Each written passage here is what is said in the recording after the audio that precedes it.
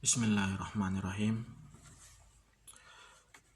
Semoga kita tidak keliru dalam menilai sebuah pemerintahan. Apakah pemerintahan itu berhasil ataukah suatu negara itu gagal? Memang tidak salah dan tidak keliru kita menggunakan data dari berbagai macam institusi internasional maupun nasional bahkan lokal dengan data statistik atau persentase dalam menilai suatu rezim pemerintahan. Apakah rezim itu berhasil ataukah gagal? Tapi kita juga jangan keliru bahwa ada cara-cara yang sangat sederhana yang bisa kita evaluasi pemerintahan sebuah negara. Tapi yang perlu diingat bahwa negara yang ada di seluruh dunia ini dibentuk dan dibuat untuk kesejahteraan rakyatnya. Itu salah satu fungsi dasar yang sangat fundamental dibentuknya sebuah negara.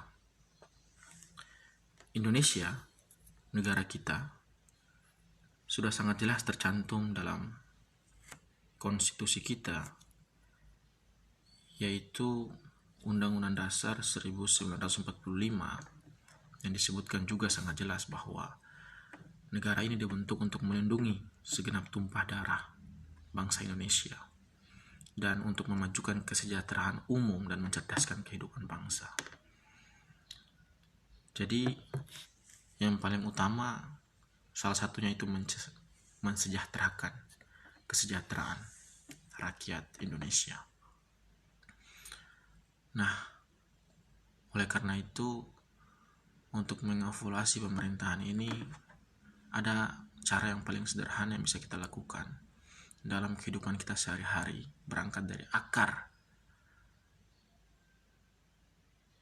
evaluasi pemerintahan kita. Misalnya saya, saudara, dan kawan-kawan sekalian coba pergi ke pasar, kemudian melihat aktivitas para ibu-ibu kita yang mereka berjualan di pasar atau mereka berbelanja di pasar, atau kita sendiri bisa merasakan harga-harga bahan pokok pangan yang ada di pasar. Apakah itu mampu atau mencukupi kehidupan kita sehari-hari dan disamakan dengan atau dibandingkan dengan income yang kita peroleh.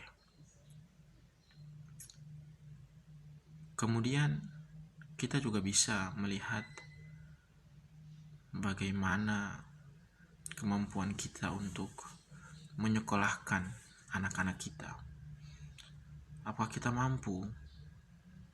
Apakah saudara-saudara kita juga bisa menyekolahkan anak-anak mereka, anak-anak kita? Kalau kita belum mampu dengan income kita atau juga kesehatan, ada beberapa kebutuhan dasar yang negara harus hadir, diantaranya pendidikan, kesehatan, keamanan, keadilan sosial, sandang, pangan, papan, pekerjaan. Kalau kebutuhan dasar ini sudah bisa kita rasakan dan kita mampu, maka bisa dipastikan bahwa negara itu berhasil. Tetapi kalau mayoritas atau sebagian besar rakyat Indonesia masih kesulitan dan tidak mampu mencukupi kebutuhan dasar itu, maka bisa dipastikan juga negara belum berhasil. Mungkin itu saja beberapa poin yang ingin saya sharing bagi kawan-kawan, teman-teman sekalian yang mempunyai pendapat, argumen, ataupun saran masukan bisa bisa diketik di komen, di kolom komennya, kemudian kita bisa menjadikan sebagai bahan diskusi. Terima kasih.